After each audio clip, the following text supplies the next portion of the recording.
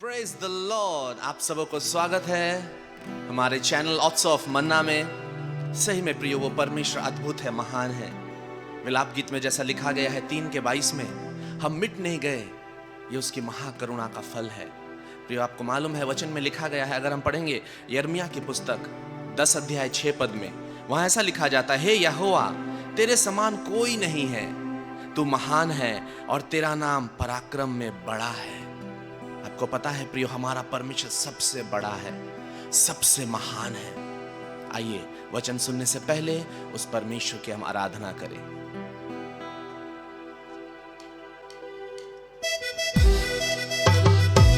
आप जब अपने स्थान में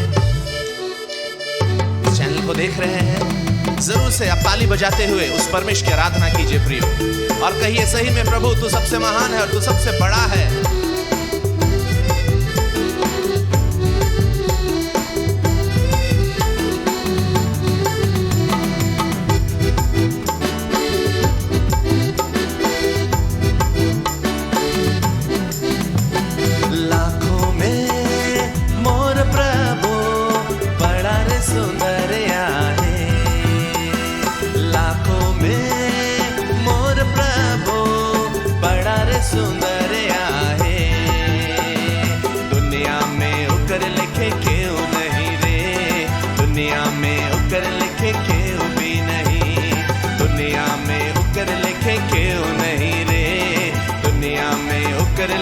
क्यों भी नहीं, लाखों में मोर प्रभु बड़ा रे सुंदर आहे।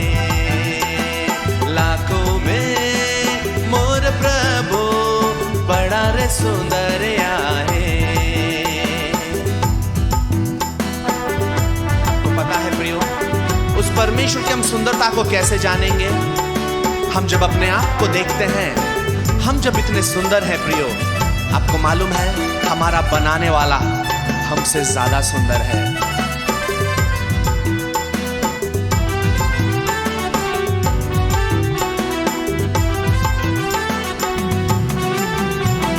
मोए बड़ा पापी मोह के प्यार करला, नया जीवन देलक उद्धार करला, नया जीवन देलक उद्धार करला।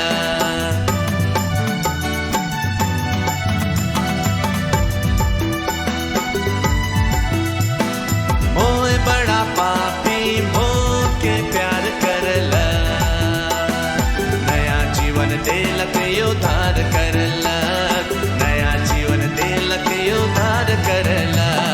लाखों में मोर प्रभु बड़ा रे सुंदर आहे। लाखों में मोर प्रभु बड़ा रे सुंदर आहे। दुनिया में उकर लिखे क्यों नहीं रे, दुनिया में उकर लिखे क्यों भी नहीं, दुनिया में उकर लिखे क्यों नहीं रे, दुनिया में उकर लिखे क्यों भी नहीं। लाखों में मोर प्रभु बड़ा रे सुंदर आहे। लाखों में मोर प्रभु बड़ा रे सुंदर आहे। निश्चित तौर से प्रियो, परमेश्वर अद्भुत है और वो हम सबों से बेशुमार मोहब्बत करता है।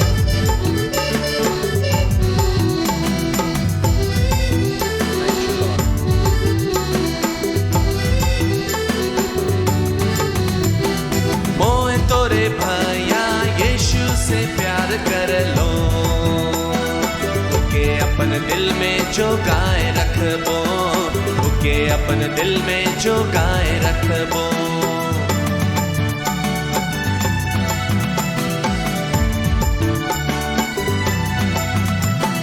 मोए तोरे बहन यीशु से प्यार कर लो, ओके अपन दिल में जो गाए रखबो, ओके अपन दिल में जो गाए रखबो। लाखों में मोर प्रभु बड़ा रे सुंदर आहे। लाखों में मोर प्रभु सुंदर आहे। दुनिया में उकर लिखे क्यों नहीं रे, दुनिया में उकर लिखे क्यों भी नहीं, दुनिया में उकर लिखे क्यों नहीं रे, दुनिया में उकर लिखे क्यों भी नहीं। लाखों में मोर प्रभु बड़ा रे सुंदर आहे, लाखों में मोर प्रभु बड़ा रे सुंदर आहे।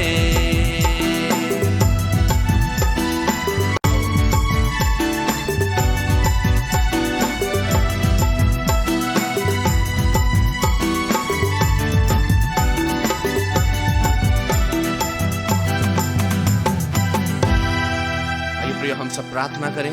धन्यवाद देते हैं प्रभु, आपकी महिमा और आपकी प्रशंसा करते हैं। इस आराधना के जरिए निश्चित तौर से तो सारे मेरे प्रिय लोगों को आशीष किया है। इस घड़ी समय प्रभु तेरे दास को हम तेरे हाथों में समर्पित करते हैं। उनके मुख के जरिए जो वचन निकलता है प्रत्येक जन के जीवन में प्रभु एक नई बातों को, नया जोश, नया उमंग राज्य के प्रति लाने पाए, ऐसा हम दुआ करते हैं। धन्यवाद देते हैं प्रभु, महिमा आदर आपको देते हैं। यीशु के नाम से प्रार्थना मांगते हैं, आमेन।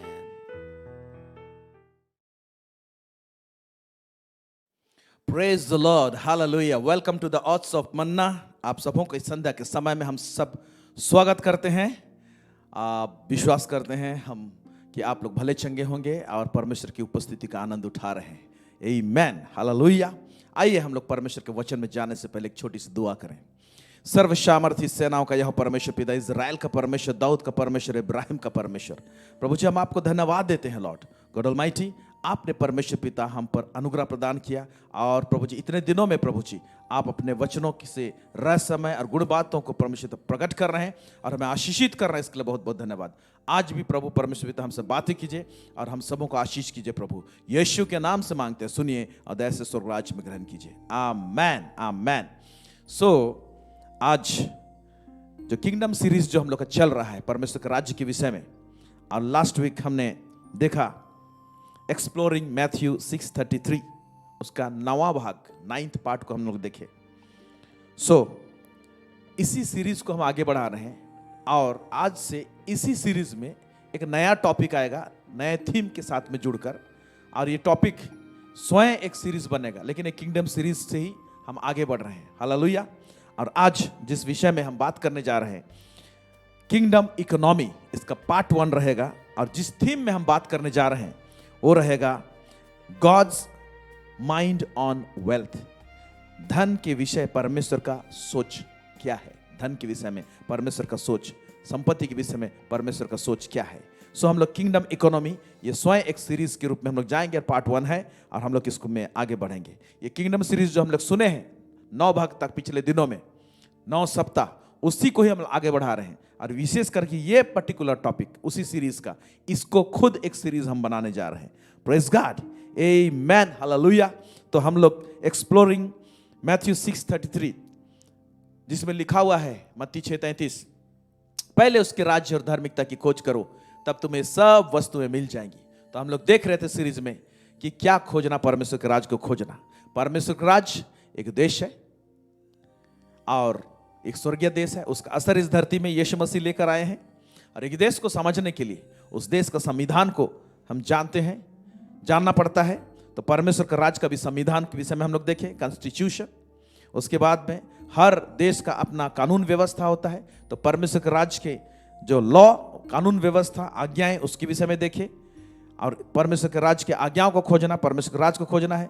हर देश का संस्कृति होता है, इसलिए परमेश्वर का राज्य का भी संस्कृति है, उसको भी हम लोग देखें। उसकी संस्कृति को खोजना, परमेश्वर के राज्य को खोजना होता है। फिर हमने देखा कि हर देश में जो नागरिक होता है उसका नागरिकता होता है, नागरिकता कानून रहते हैं, हर एक नागरिक को राइट्स दिया जाता है, उसके विषय में भी हम लोग देखे। उसके बाद हम लोग देखे राज की कुंजी, कीज ऑफ द किंगडम, पिछले सप्ताह, हालेलुया। और राज की कुंजी के विषय में देखे, चाबी के द्वारा से हम लोग बंद करते हैं और खोलते हैं। तमाम बातों को हम लोग देखें। और इसी सीरीज में हर देश का और एक विशेष चीज होता है। वो विशेष चीज क्या होता है, उसके बिना और देश नहीं चल सकता है। वो होता है इकोनॉमिक सिस्टम, यानी अर्थव्यवस्था का सिस्टम, अर्थव्यवस्था का प्रणाली, सिस्टम मतलब प्रणाली। हर देश में जो लेन देन या तो उसमें जो इकोनॉमी जो होता है, अर्थव्यवस्था जो होता है, उसका कारोबार एक पॉलिसी के हिसाब से चलता है, उसकी नीति होते हैं। हमारे देश का भी अर्थ नीति है। और आज हम लोग न्यूज़ में सुन रहे हैं कि अर्थनीति सब किस तरह से डाउन हो रहा है, जीडीपी कैसे घट जा रहा है, और ये देश के लिए चिंता का विषय हो रहा है। और ये चिंता का विषय लोगों के अंदर में भी चिंताएं को डाल रही है और सरकार इसको कंट्रोल करने नहीं पा रहा है। तो ये अर्थनीति हर देश के होते हैं। जैसे हमारे देश भारत का है, उसी तरह से ऑस्ट्रेलिया का है, अमेरिका का है, बांग्लादेश का है, पाकिस्तान का है, सबका अपना अपना होता है। तो उसी तरीके से परमेश्वर के राज्य का भी इकोनॉमिक सिस्टम होता है। और ये बहुत ही गहरा शिक्षा इसमें आप प्राप्त करने के लिए जा रहे हैं, इसलिए बहुत ध्यान से इसको सुनिएगा। आमीन। क्योंकि ये जो टॉपिक है इकोनॉमिक सिस्टम, या तो हम लोग जिसको देख रहे हैं किंगडम इकोनॉमी, ये स्वयं एक सीरीज में जाएगा। इसीलिए हमने इसको लास्ट में रखा ताकि हम गहराई से अंदर अंदर उसको झांकेंगे। और जब तक कि पूरा एपिसोड को अपना देख लें, जितने भी एपिसोड्स जाएंगे, सीरीज जाएंगी इसका, तब तक आप एक कंक्लूजन में मत आइएगा कि ये गलत है, ये सही है, इस तरह से ऐसा नहीं होना चाहिए, इस तरह से ना जाएं।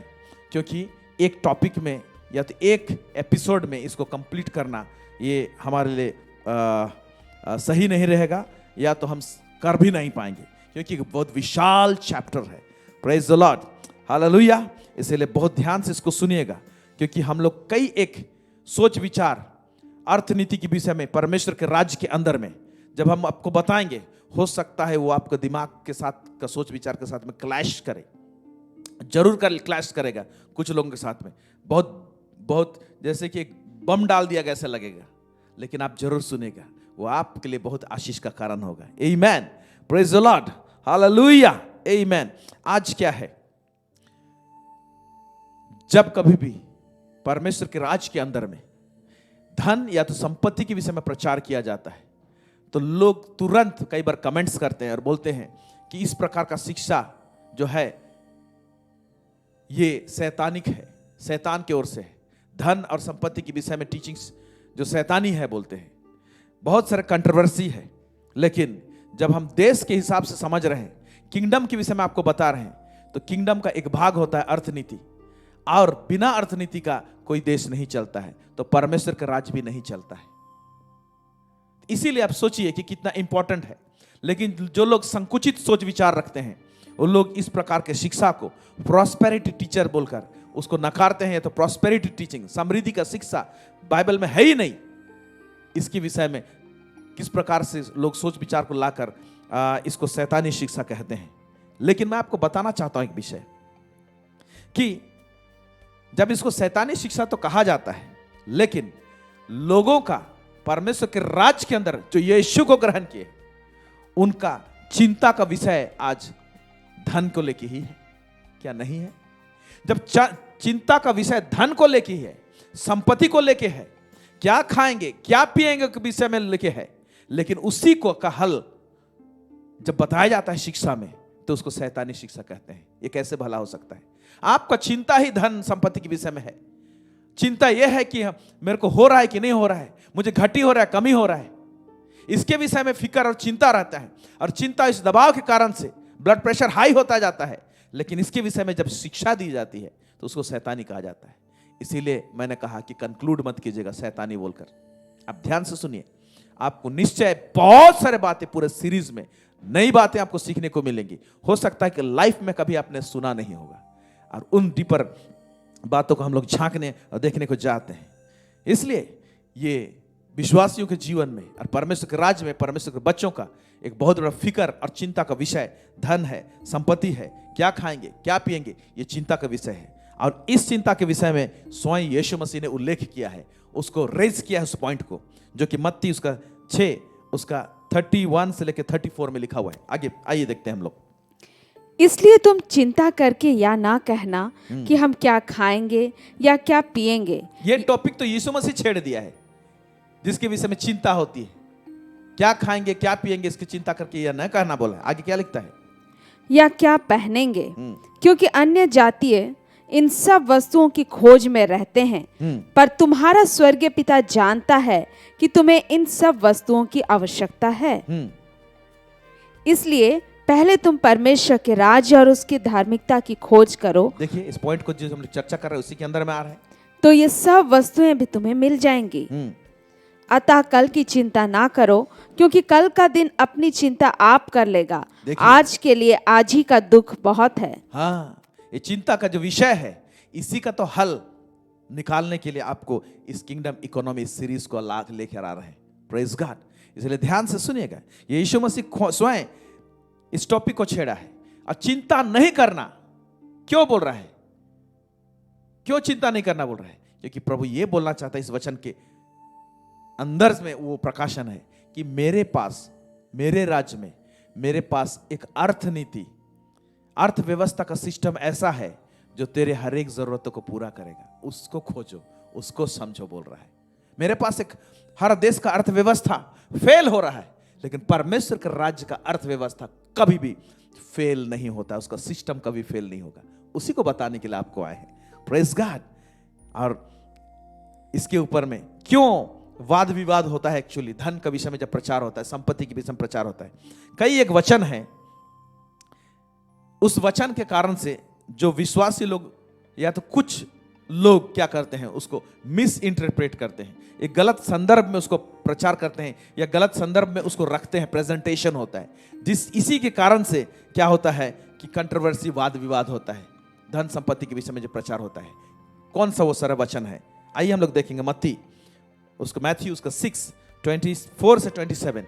ये एक वचन है जिसके कारण से जब धन और संपत्ति के विषय में प्रचार किया जाता है तो लोग शैतानी बोलते हैं। लेकिन इस वचन को एक अलग संदर्भ में प्रभु बोला है, उसको समझने की कोशिश करेंगे पूरे सीरीज में। मैं इसे आज पॉइंट को निकाल रहा हूं आप लोगों के बीच में। आइए देखते हैं क्या लिखता है।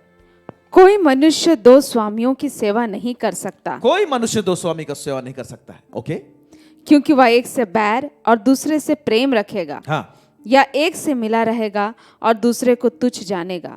तुम परमेश्वर और धन दोनों की सेवा नहीं कर सकते। हाँ, तुम परमेश्वर और धन दोनों की सेवा नहीं कर सकते। जो वचन बीच में आ रहा है इसके कारण से धन का प्रचार नहीं होना चाहिए, ये बोलते हैं, सिर्फ परमेश्वर का प्रचार होना चाहिए, लेकिन उस संदर्भ में नहीं है। क्यों इसको ऐसे लिखा हुआ है, इसको सीरीज में आएंगे तो देखेंगे। ओके, फिर आगे। इसलिए मैं तुमसे कहता हूं कि अपने प्राण के लिए यह चिंता ना करना कि हम क्या खाएंगे और क्या पिएंगे, और ना अपने शरीर के लिए कि क्या पहनेंगे। क्या प्राण भोजन से और शरीर वस्त्र से बढ़कर नहीं? क्या प्राण भोजन से और शरीर वस्त्र से बढ़कर नहीं?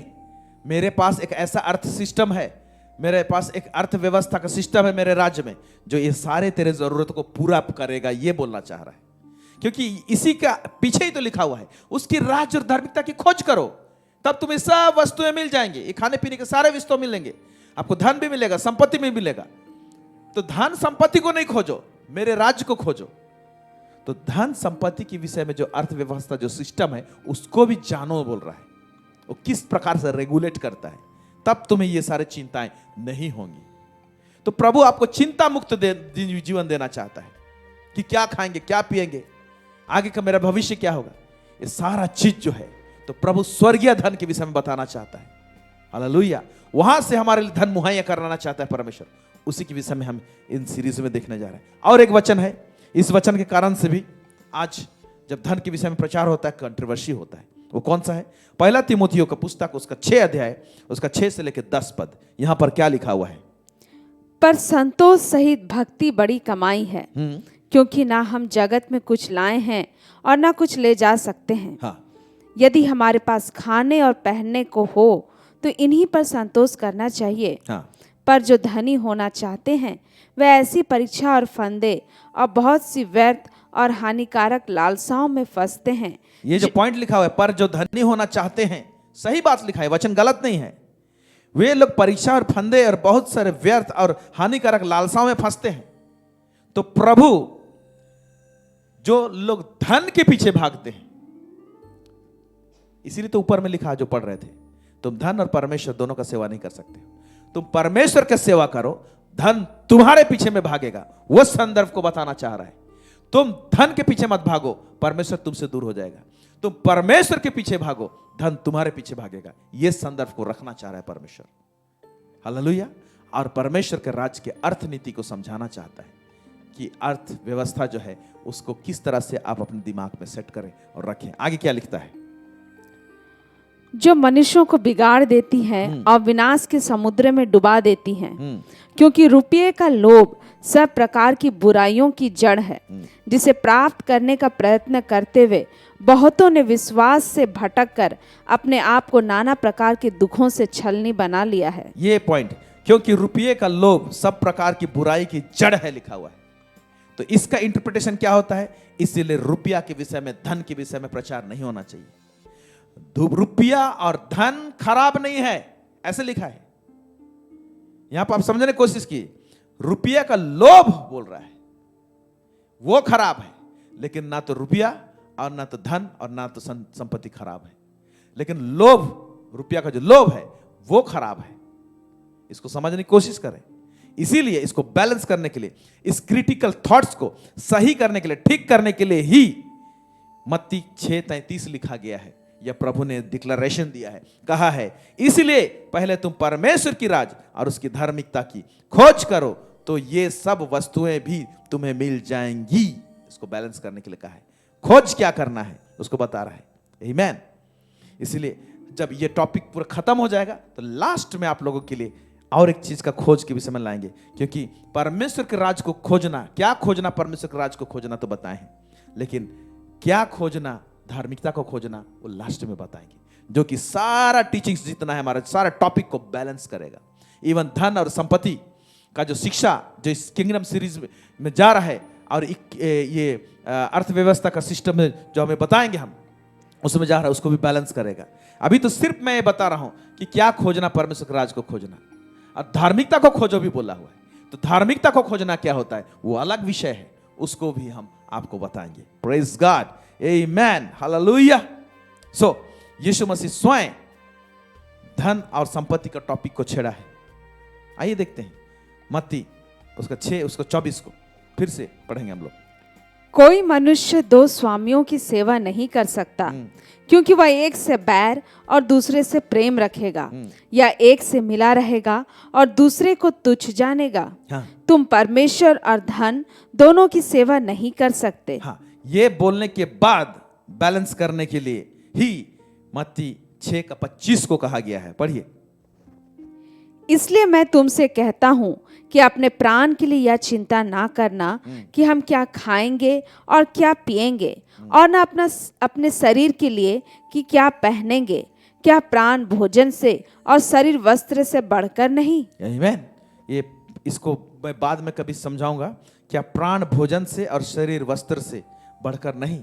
ये बहुत एक छोटा सा वचन है, लेकिन ये इसका गुत्थी जो आपको खुल जाएगा, एक सही नजरिए से देखने पाएंगे, तो आप कभी भी परमेश्वर से दूर नहीं होंगे, और ना ही आप धन संपत्ति का लालच आपको होगा, और ना तो हो सकता है। प्रेज गॉड, आमेन, हालेलुया, हालेलुया। इसलिए प्रभु हर एक चीज को पूरा बैलेंस करके रखा है। परमेश्वर धन और संपत्ति का अगेंस्ट में नहीं है, उसके खिलाफत में नहीं है। धन और संपत्ति के विषय में परमेश्वर का विचार क्या है उसको आज हम लोग शुरू किए हैं, उसमें से कुछ बताना चाहते हैं। पहले इस बात को समझें कि क्या को हम लोग वेल्थ बोल सकते हैं, या तो संपत्ति बोल सकते हैं, धन बोल सकते हैं, क्या चीज को बोल सकते हैं। इसको मैं अपने तरीके से डिफाइन करने की कोशिश किया हूं, मेरा हिसाब से डेफिनेशन में बताने के लिए, आपको जस्ट समझाने के लिए सिंपल ढंग से। हर एक वो चीज जो कीमती है, जिसको कि हम लोग, जिसके द्वारा हम लेन देन कर सकते हैं और हमारे जरूरत को प्राप्त कर सकते हैं। हर एक वो चीज जो कीमती है और जिसको हम लोग लेन देन कर सकते हैं, और लेन देन के द्वारा से हम अपने जरूरतों को पूरा कर सकते हैं, उसको हम बोल सकते हैं वेल्थ, या तो संपत्ति। Praise the Lord. For example, gold, सोना, चांदी, सिल्वर, बहुमूल्य पत्थर जैसे कि डायमंड है, लेकिन बाइबल में और बहुत सारे बहुमूल्य पत्थर हैं, है ना, रूबीज, फिर जमीन, फिर करेंसी, नोट। ये सब क्या है ना, इसको वेल्थ के कटोरे में आता है, या तो संपत्ति कहलाते हैं। Praise God. और परमेश्वर धन संपत्ति, सोना चांदी, हीरे मोती के खिलाफ में नहीं है। मैं आपको बताना चाहता हूं वचन से, और इसको समझने की कोशिश कीजिए, इनके बिल्कुल खिलाफ में नहीं है। आइए हम लोग एदन के बगीचा में, और एदन जो एरिया था वहां का चित्रण को देखने की कोशिश करें। हम लोग पढ़ेंगे उत्पत्ति उसका 2 उसका 8 पद। क्या लिखता है इसमें?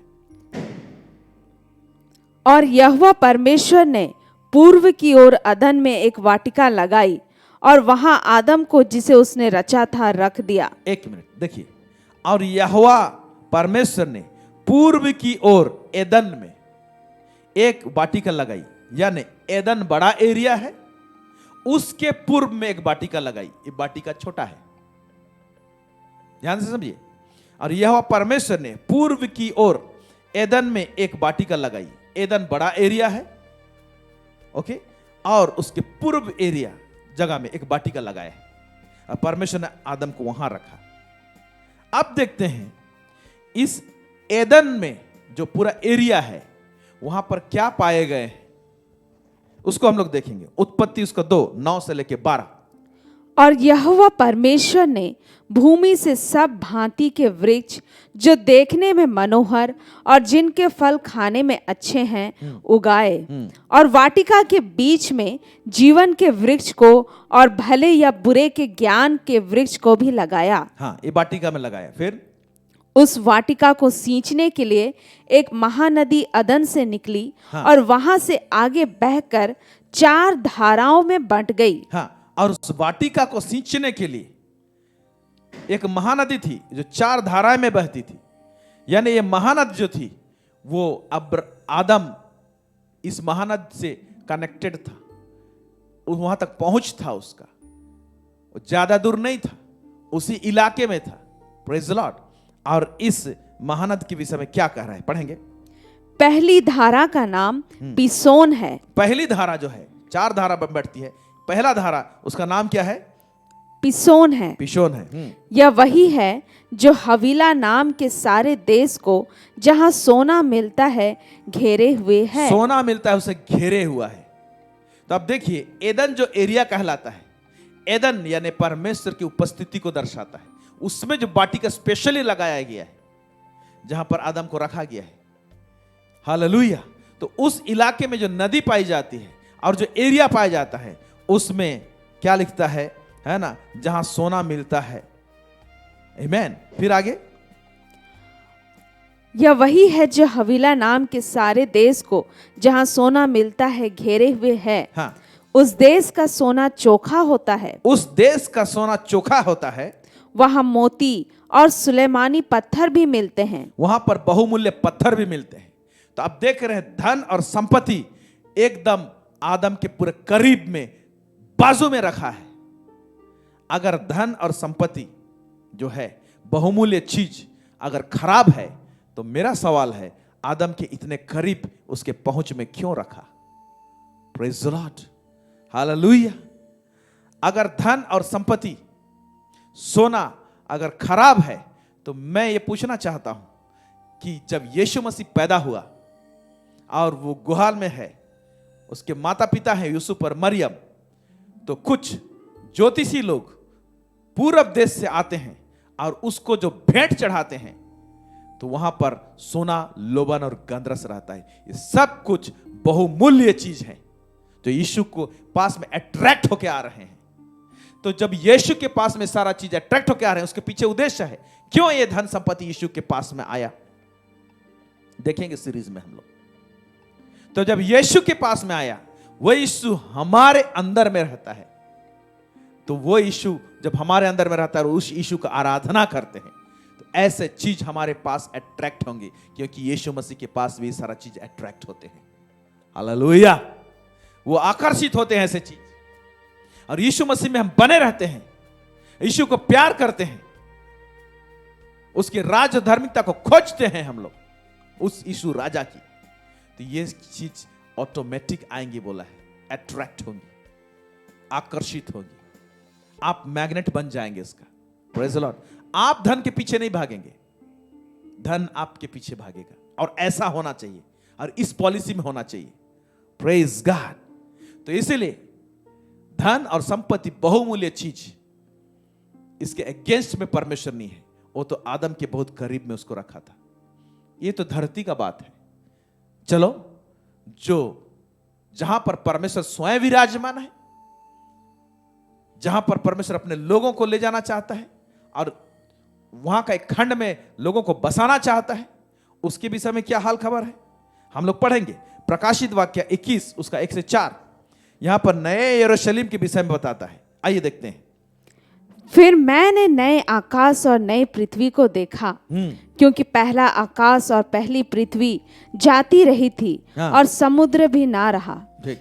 फिर मैंने पवित्र नगर नए यरूशलेम को स्वर्ग से परमेश्वर के पास से उतरते देखा। ये नया यरूशलेम यीशु मसीह का दूसरा आगमन होने के बाद में, ओके, 7 साल धरती में महाक्लेश होगा, लेकिन कलीसिया जो उठा लिया गया जाएगा तो 7 साल के लिए विवाह का भोज रहेगा मेमना का, उसमें शामिल होंगे। 7 साल के बाद में कलीसिया के साथ में यीशु मसीह इसी धरती में आएगा और 1000 साल का राज्य होगा। 1000 साल कंप्लीट हो जाएगा यीशु मसीह का, तब ये नया यरूशलेम जो तैयार किया गया है इसी धरती में स्वर्ग से नीचे उतरेगा, इसी धरती में, और यहां पर मनुष्य के बीच में रहेगा और लोग आना जाना करेंगे। अब इसी यरूशलेम के विषय में, नया यरूशलेम के विषय में उसके चित्रण को देखेंगे हम लोग नीचे। आइए देखते हैं। वह उस दुल्हन के समान थी जो अपने पति के लिए श्रृंगार किए हुए हो। यस। फिर मैंने सिंहासन में से किसी को ऊंचे शब्द से यह कहते हुए सुना, देख परमेश्वर का डेरा मनुष्यों के बीच में है। देख परमेश्वर का डेरा मनुष्य के बीच में है, इसी धरती में आएंगे 1000 साल का बाद में। वह उनके साथ डेरा करेगा यस। और वे उसके लोग होंगे और परमेश्वर आप उनके साथ रहेगा और उनका परमेश्वर होगा। यस। वह उनकी आंखों से सब आंसू पोंछ डालेगा और इसके बाद मृत्यु ना रहेगी और ना शोक ना विलाप ना पीड़ा रहेगी, पहली बातें जाती रही। हाँ, तो नया यरूशलेम इसी धरती में 1000 साल का ये मसीह का जो राज होगा उसके बाद जब उतरेगा तो उस नया यरूशलेम जो जो जो जो है उसका शहरपना है, उसका चित्रण वो कैसे बनाया गया है, कैसे स्ट्रक्चर है उसका, आइए हम लोग देखते हैं। हम लोग पढ़ेंगे प्रकाशित वाक्य 21 अध्याय 9 से लेके 21 पद तक क्या लिखता है। फिर जिन 7 स्वर्गदूतों के पास 7 अंतिम विपत्तियों से भरे हुए 7 कटोरे थे, उनमें से एक मेरे पास आया और मेरे साथ बातें करके कहा, इधर आ, मैं तुझे दुल्हन अर्थात मेमने की पत्नी दिखाऊंगा। तब वह मुझे आत्मा में एक बड़े और ऊंचे पहाड़ पर ले गया और पवित्र नगर यरूशलेम को स्वर्ग से परमेश्वर के पास से उतरते दिखाया। परमेश्वर की महिमा उनमें थी, परमेश्वर की महिमा उनमें थी और उसकी ज्योति बहुत ही बहुमूल्य पत्थर अर्थात बिल्लौर के समान ये सब की तरह स्वच्छ थी। हाँ, अब देखिए वहां का मैजेस्टी, वहां का ग्लोरी, उसका महिमा क्या जबरदस्त दिख रहा है। कौन? नया यरूशलेम के विषय में बोल रहे हैं। उसकी शहरपना बड़ी ऊंची थी। उसकी शहरपना मतलब यरूशलेम तो है, नया यरूशलेम वो मंदिर, उसके चारों तरफ जो शहरपना है, उसका जो दीवार है उसके विषय में बोल रहे हैं।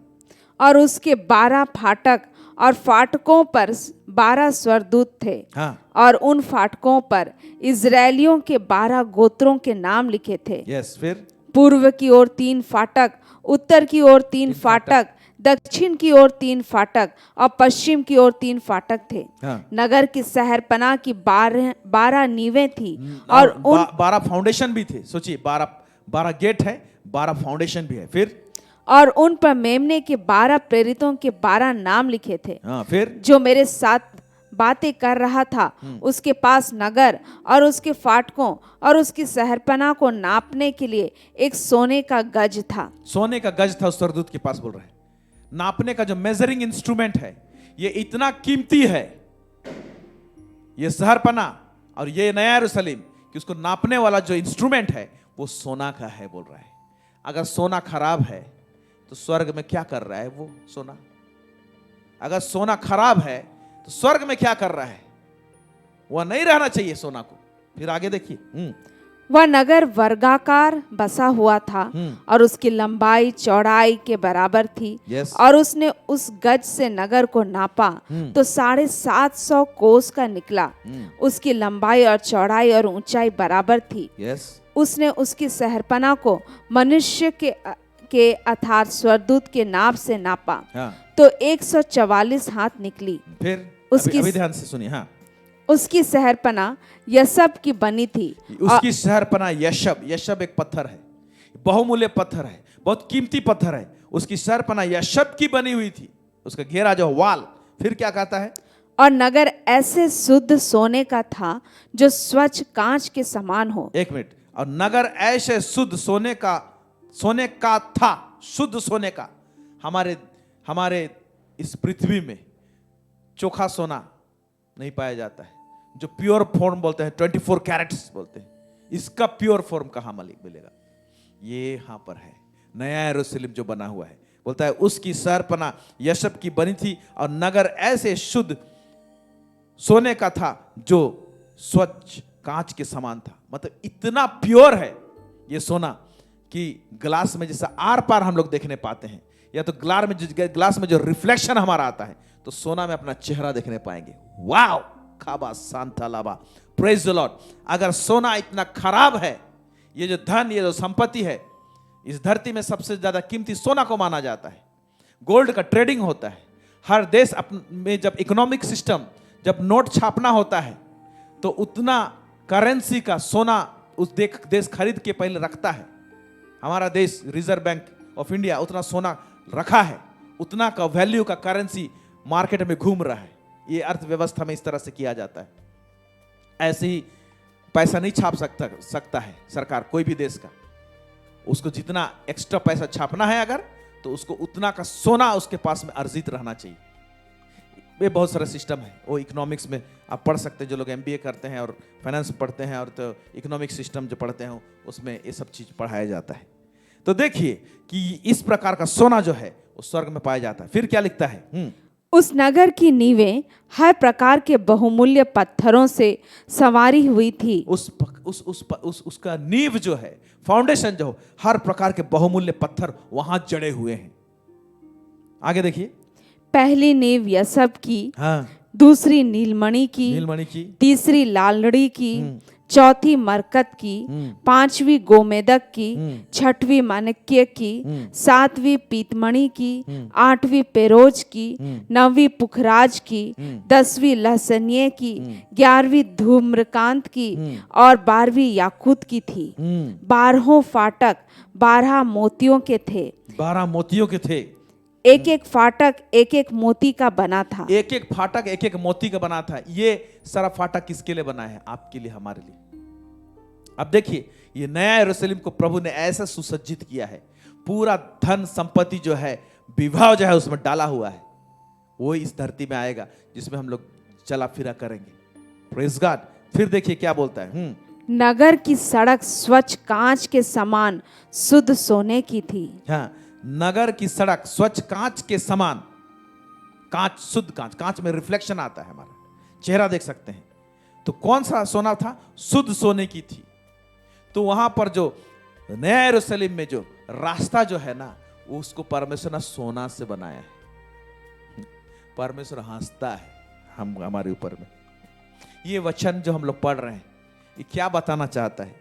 ये बताना चाहता है ना, जिस सोना को हम लोग गले में टांगते हैं, परमेश्वर तो अपना भवन सब बनाने के लिए, रोड सब बनाने के लिए इस्तेमाल करता है।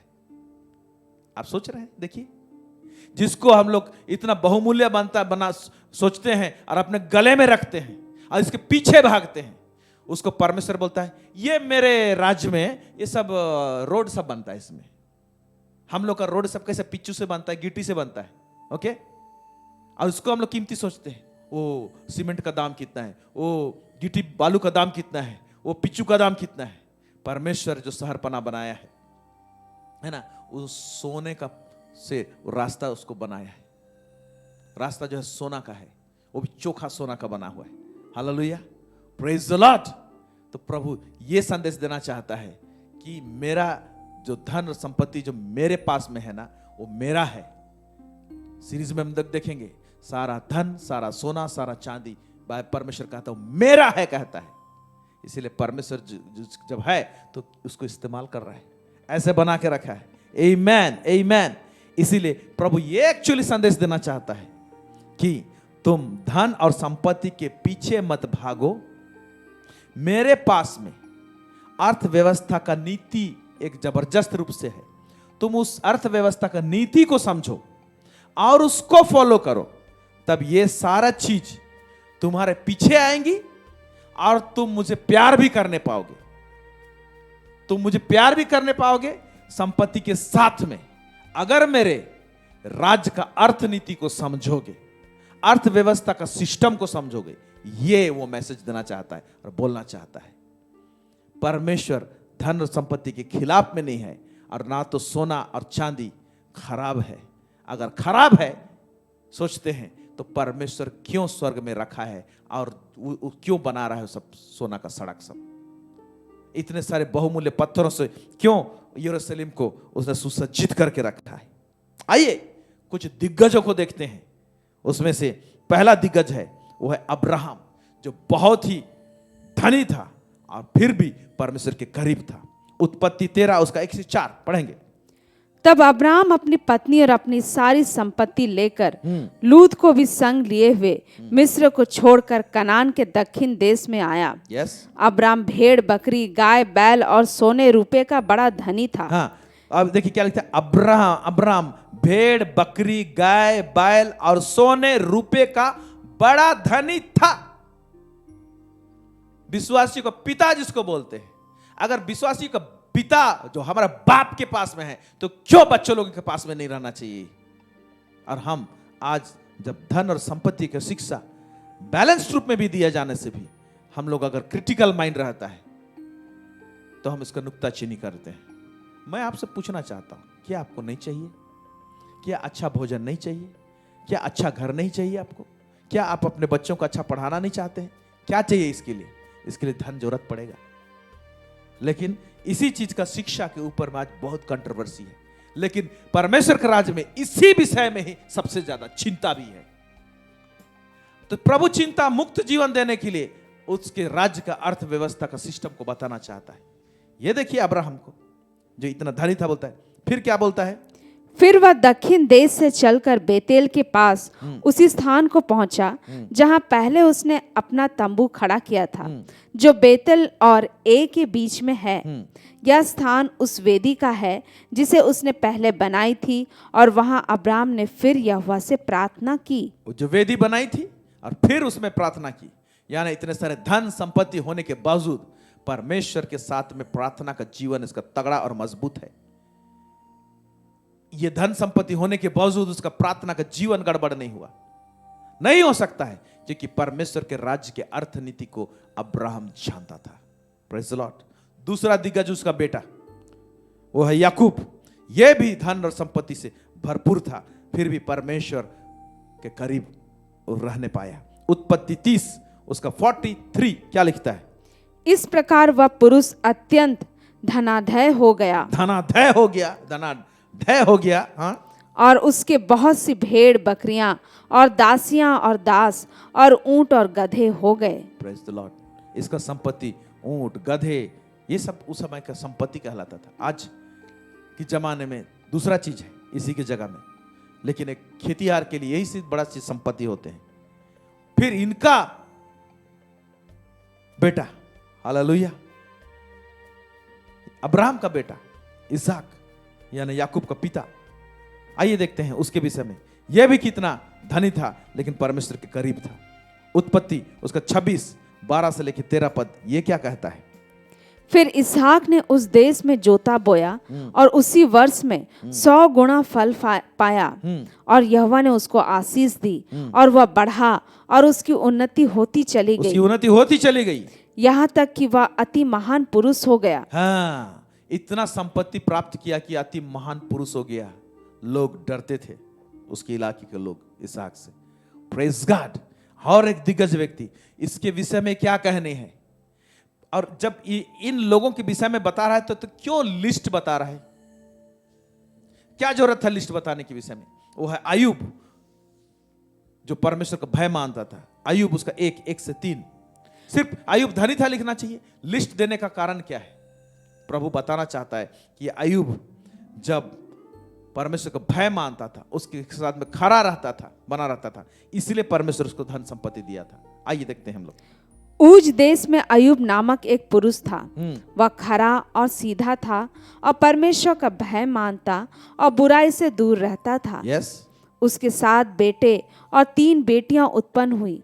उसके 7,000 भेड़ बकरियां, 3,000 ऊंट, 500 जोड़ी बैल और 500 गधियां और बहुत से दास दासियां थी। वरन उसके पास इतनी संपत्ति थी कि पूर्वी देशों के लोगों में वह सबसे बड़ा था। सबसे बड़ा था, फिर भी परमेश्वर के इतना करीब था। हम लोग तीमुथी में जब पढ़े, उसी को लेके इतना डरते हैं, और धन के विषय में हम लोग उल्टा सोचते हैं, संपत्ति के विषय में उल्टा सोचते हैं हम लोग। इसीलिए ध्यान से सोचिए, ये व्यक्ति इतने सब धन संपत्ति होने के बावजूद परमेश्वर को जानता था और परमेश्वर से दूर नहीं हुआ। आमीन। अय्यूब 29 उसको 1 to 6, आइए देखते क्या लिखता है। अय्यूब ने फिर अपनी गुड़ बात उठाई और कहा। ये जब अय्यूब का परीक्षा हो रहा था, परीक्षा में पड़ गए और शैतान उसकी परीक्षा किया, और एक दिन में सारा धन संपत्ति चला गया, सारे संतान उसके मर गए, और वो कंगाली हालत में है बोलेंगे। उसके 3 मित्र लोग आए हैं, वो लोग भी उसका साथ नहीं दे रहे, नाना प्रकार की बातें कर रहे हैं, और अय्यूब अपना मुंह खोलकर परमेश्वर से कुछ बातें करता है और कुछ बात को बोल रहा है। इससे झलक पता चलेगा कि अय्यूब का लाइफस्टाइल और लाइफ क्या था। पढ़ेंगे। भला होता कि मेरी दशा बीते हुए महीनों की सी होती, जिन दिनों में परमेश्वर मेरी रक्षा करता था। यस। जब उसके दीपक का प्रकाश मेरे सिर पर रहता था और उससे उजियाला पाकर मैं अंधेरे में चलता था। हाँ। वे तो मेरी जवानी के दिन थे, जब परमेश्वर की मित्रता मेरे डेरे पर बनी रहती थी। वाह, परमेश्वर की मित्रता, इतना धन संपत्ति होने के बावजूद क्या बोलता था? परमेश्वर की मित्रता मेरे डेरे में बनी रहती थी। वाह। फिर उस समय तक तो सर्वशक्तिमान मेरे संग रहता था और मेरे बाल बच्चे मेरे चारों ओर रहते थे। तब मैं अपने पगों को मलाई से धोता था। 1 मिनट। इतना धनी था कि उनके घर में नदी, मलाई का नदी बहता था, अपना पैर को ना मलाई से धोता था वो। क्या बात है। ओके, फिर आगे।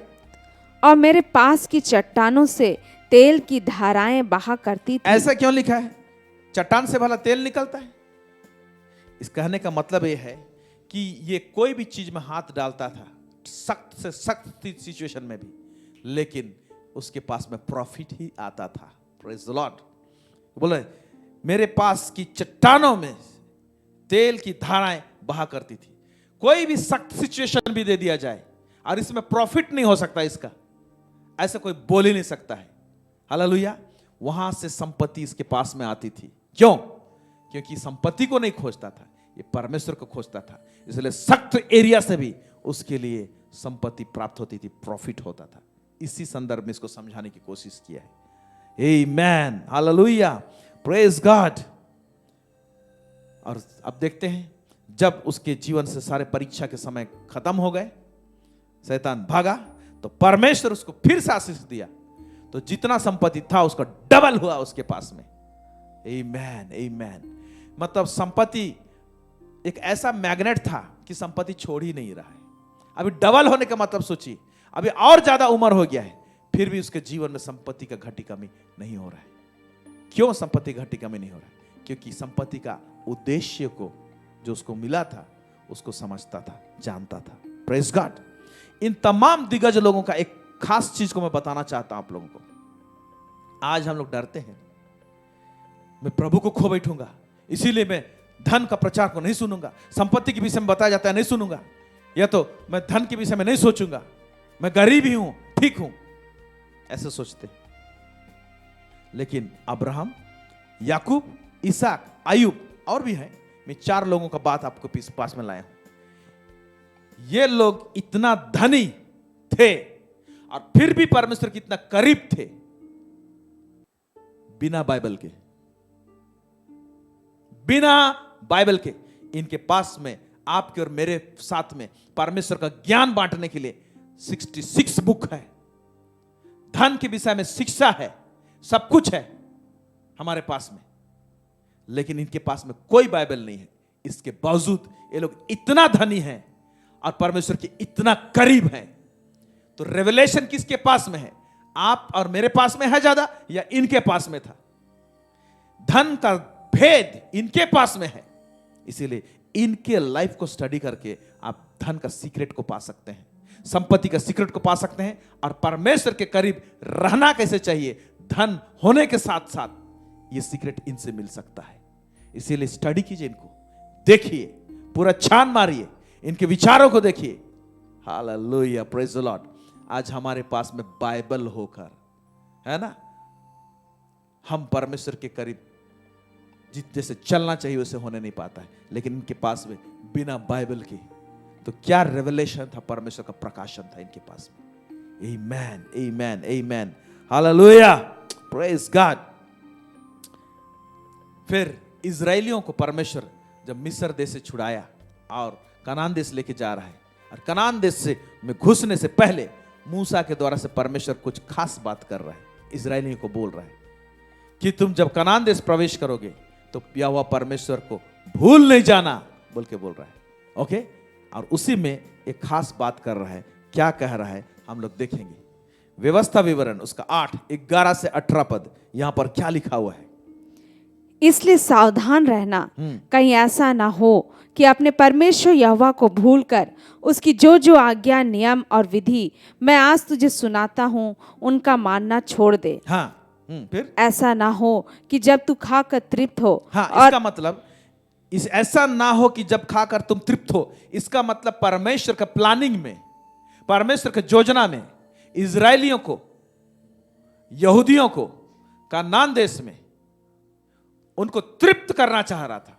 तृप्ति के साथ और क्या देना चाह रहा था, वो प्लानिंग में है। इसीलिए तो ऐसा बोल रहा है प्रभु, पहले ही से बोल रहा है। हाँ, आगे देखिए। और अच्छे अच्छे घर बनाकर उनमें रहने लगे। और अच्छे अच्छे घर बनाकर रहने लगो, क्योंकि मेरा प्लानिंग में है कि तुम लोग अच्छे अच्छे घर बनाकर रहोगे। फिर और तेरी गाय, बैलों और भेड़ बकरियों की बढ़ती हो। और गाय, बैल, भेड़ बकरी जो संपत्ति है इसका भी बढ़ती होगा तुम्हारा कनान देश में, क्योंकि मैंने बोला वहां दूध और मधु की धारा बहती है। वहां पर जो जीवन रहेगा एक डिफरेंट टाइप ऑफ जीवन रहेगा, एक समृद्धि का जीवन रहेगा, एक चकाचौंध का जीवन रहेगा, और मेरी उपस्थिति भी वहां पर बनी रहेगी। प्रभु ये कहना चाह रहा है। तो ऐसे होगा, परमेश्वर को मालूम है। तो उस समय कुछ परीक्षा आ सकती है इनके पास में, इसलिए चिता रहा है। इसका मतलब प्रभु परमेश्वर स्वयं इनको धन देना चाह रहा था। आगे देखेंगे। और तेरा सोना, चांदी और तेरा सब प्रकार का धन बढ़ जाए। हाँ, क्या बोलता है? और क्या बढ़ेगा वहां पर? सोना, चांदी और सब प्रकार का धन बढ़ जाए। इसका मतलब परमेश्वर के प्लानिंग में है कि ये लोग का सोना बढ़ेगा, चांदी बढ़ेगा, और सब प्रकार का धन भी कनान देश में ये लोग का बढ़ेगा। इजरायलियों का ये ऑलरेडी परमेश्वर के कल्पना में है। जो चीज परमेश्वर के कल्पना में है अपने चुने हुए लोगों के लिए, उन दिनों में था, सेम कल्पना आज है। जो मसीह में, प्रभु में जो लोग हैं, वो कलीसिया के लिए भी यही है। वो चेंज नहीं हुआ है। परमेश्वर स्वयं कहता है मैं ना बदलने वाला परमेश्वर हूं। फिर आज जब धन और संपत्ति के विषय में प्रचार है तो कंट्रोवर्सी क्यों होता है? ये देख दूंगा बोल रहा है, बस तुम भूलना नहीं। हाँ, ऐसा जब होता है तो लोग भूलते हैं, ये टेम्पटेशन है। लेकिन अब्राहम तो नहीं भूला। क्या सीक्रेट था? अय्यूब तो नहीं भूला, इसहाक तो नहीं भूला, अब्राहम नहीं भूला। अब देखते हैं हम लोग इसको। तो इनको पहले से बोल के रख रहा है। Praise the Lord. आगे देखिए क्या लिखता है। तब तेरे मन में अहंकार समा जाए और तू अपने परमेश्वर यहोवा को भूल जाए, जो तुझको दासत्व के घर अर्थात मिस्र देश से निकाल लाया है और उस बड़े और भयानक जंगल में से ले आया है, जहाँ तेज विष वाले सर्प और बिच्छू हैं, और जल रहित सूखे देश में उसने तेरे लिए चकमक की चट्टान से जल निकाला और तुझे जंगल में मन्ना खिलाया, जिसे तुम्हारे पुरखा जानते भी ना थे, इसलिए कि वह तुझे नम्र बनाए और तेरी परीक्षा करके अंत में तेरा भला ही करे। फिर और कहीं ऐसा ना हो कि तू सोचने लगे कि यह संपत्ति मेरे ही सामर्थ और मेरे ही भुजबल से मुझे प्राप्त हुई है। संपत्ति के विषय में एक विचार को यहाँ डाल दे रहा है। ऐसा नहीं सोचना कि मेरे ताकत से, मेरे भुजबल से मुझे संपत्ति मिली है।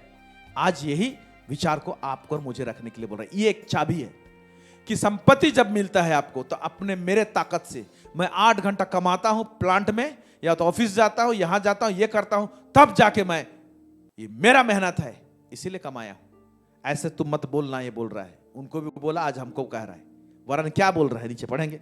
परंतु तू अपने परमेश्वर यहोवा को स्मरण रखना, हाँ, उसको स्मरण रखना। हाँ, क्योंकि वही है जो तुझे संपत्ति प्राप्त करने की सामर्थ इसलिए देता है। हाँ, तो परमेश्वर ही है जो संपत्ति प्राप्त करने का सामर्थ देता है। देखिए, परमेश्वर ही खुद संपत्ति प्राप्त करने का सामर्थ देता है। तो संपत्ति, धन संपत्ति, ये खराब कैसे हो सकता है?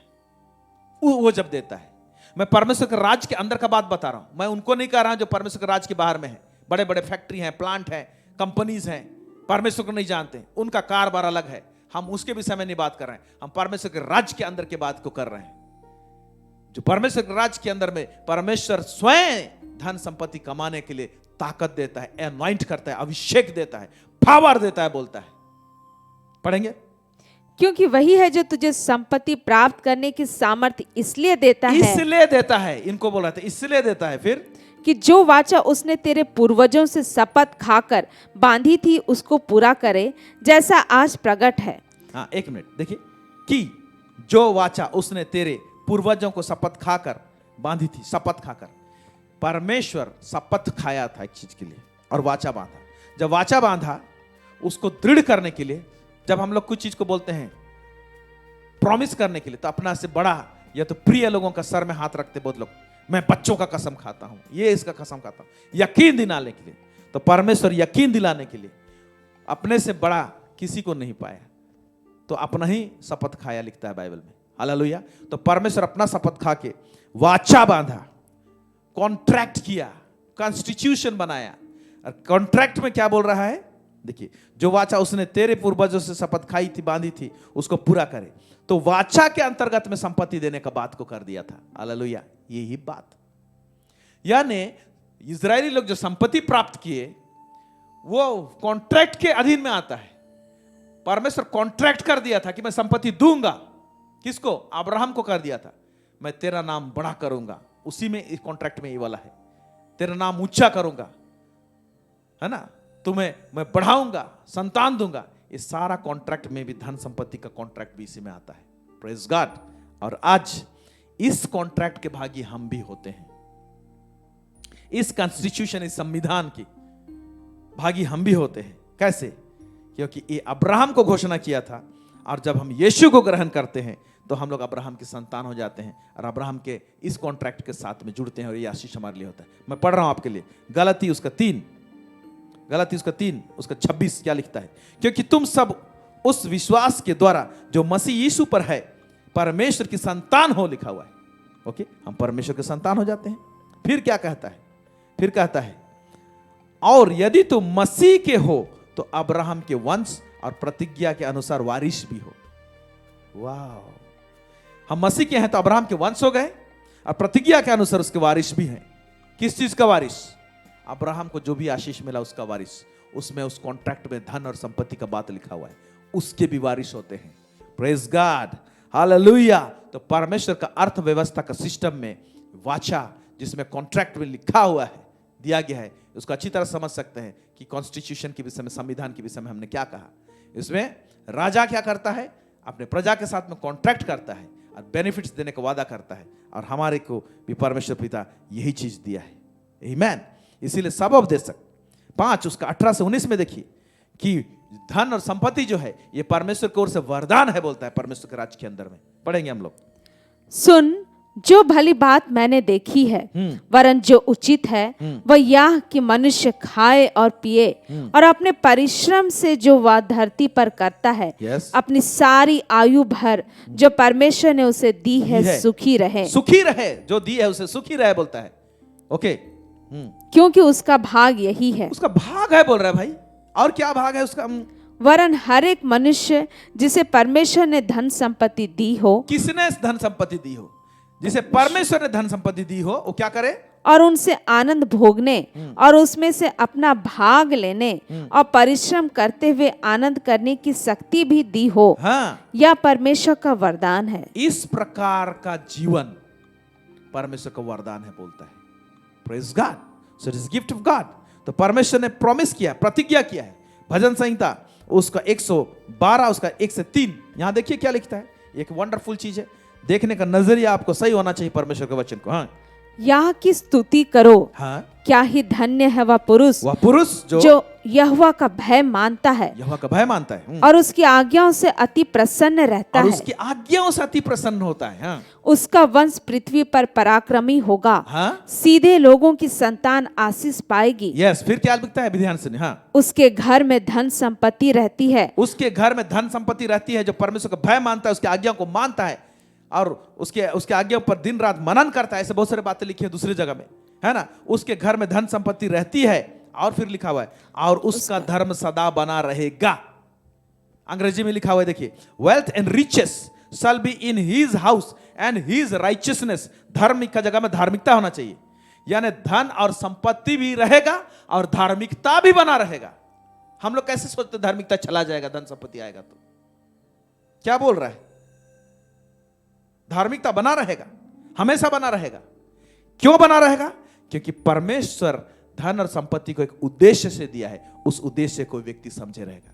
उद्देश्य को हम सीरीज में जानेंगे कि धन और संपत्ति का उद्देश्य क्या है, उसको हम समझाएंगे आपको। उस उद्देश्य को पकड़ लिए, धन संपत्ति आपके पीछे में दौड़ेगा, आप नहीं दौड़ेंगे उसके पीछे, और परमेश्वर के प्रेम में बने भी रहेंगे, परमेश्वर से दूर नहीं होंगे। हालेलुया। दूसरा कोरिन्थियों उसका 8:9 मैं पढ़ रहा हूं, क्या लिखता है, क्यों ऐसा लिखा हुआ है? तुम हमारे प्रभु यीशु मसीह का अनुग्रह जानते हो कि वह धनी होकर भी तुम्हारे लिए कंगाल बन गया। क्यों भाई बना हमारे लिए कंगाल? परमेश्वर का बेटा यीशु मसीह धरती में आया, क्रूस में जान दिया, लहू बहाया पापों की क्षमा के लिए। कंगाल हुआ तो क्यों हुआ? कंगाल भी हुआ, बना धनी होने के बावजूद भी कंगाल हुआ। तो जब मेरा प्रभु कंगाल हुआ है मेरे लिए, तो उसका फायदा को नहीं उठाऊं मैं? उसका बेनिफिट्स को उठा बोल के जब उसने जो काम को पूरा किया है, ताकि उसके कंगाल हो जाने से तुम धनी हो जाओ, बोल रहा है। और आज जब समृद्धि के विषय में आज अगर बताया जाता है, तो पता नहीं इसमें कुछ उल्टा ही विचारधारा कभी कभी आ जाते हैं। Praise God. क्या इतने सारे दिग्गज लोग, आज उनके पास में धन का भेद नहीं था, परमेश्वर का भेद नहीं था? भेद था, पूरा बैलेंस रूप में था। तो क्यों ना जो लोग हमारे, जब ऐसे गवाहों का ऐसा बादल है, बोलता है, ये लोग आज गवाही दे रहे हैं, परमेश्वर के साथ रहते रहते इनका धन संपत्ति को उद्देश्य को उन्होंने पकड़ा था। इसलिए मैं बताना चाहता हूं, धन और संपत्ति खराब नहीं है, ये अच्छा है। चीज क्या है कि हम लोग किस अंदाज से उसको देखते हैं। और सबसे बड़ा इंपॉर्टेंट चीज कि परमेश्वर धन और संपत्ति एक खास उद्देश्य से देता है। उस उद्देश्य के विषय में हमको जानने और समझने की जरूरत है, जो आने वाले दिनों में हम देखेंगे और समझेंगे।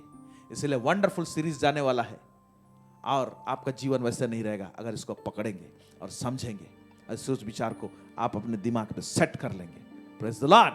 परमेश्वर हमारा भला है, आपको समृद्ध करना चाहता है, बनाना चाहता है, एक उद्देश्य के खातिर, बिना उद्देश्य के नहीं।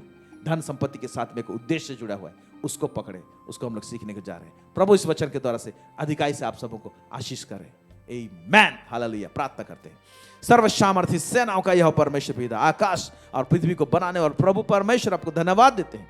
आज प्रभु परमेश्वर पिता, हम तेरे राज्य के अर्थव्यवस्था सिस्टम को समझने जानने के लिए प्रभु परमेश्वर पिता कदम बढ़ाए हैं। जितने लोग सुन रहे हैं प्रभु परमेश्वर पिता, हर एक को तो आशीषित कर प्रभु जी। सोच विचार में बदलाहट आने पाए प्रभु जी, संकुचित सोच विचार हट के प्रभु जी एक सकारात्मक सोच विचार तेरे अर्थव्यवस्था के विषय में, धन और संपत्ति के विषय में और उसके उद्देश्य के विषय में हम समझने पाए, जानने पाए प्रभु परमेश्वर पिता। हमें स्थिर कर प्रभु जी, हमें बढ़ोतरी दे प्रभु जी, ताकि हमारा जीवन प्रभु जी संसार में असरदार होने पाए, लोगों को प्रभु जी तेरे करीब हम लाने पाए। सब बातों में आपको महिमा और गौरव देते हैं प्रभु, यीशु मसीह के सामर्थ्य और मधुर नाम मांगते, सुनिए और दया से स्वर्ग राज्य में ग्रहण कीजिए। आमेन।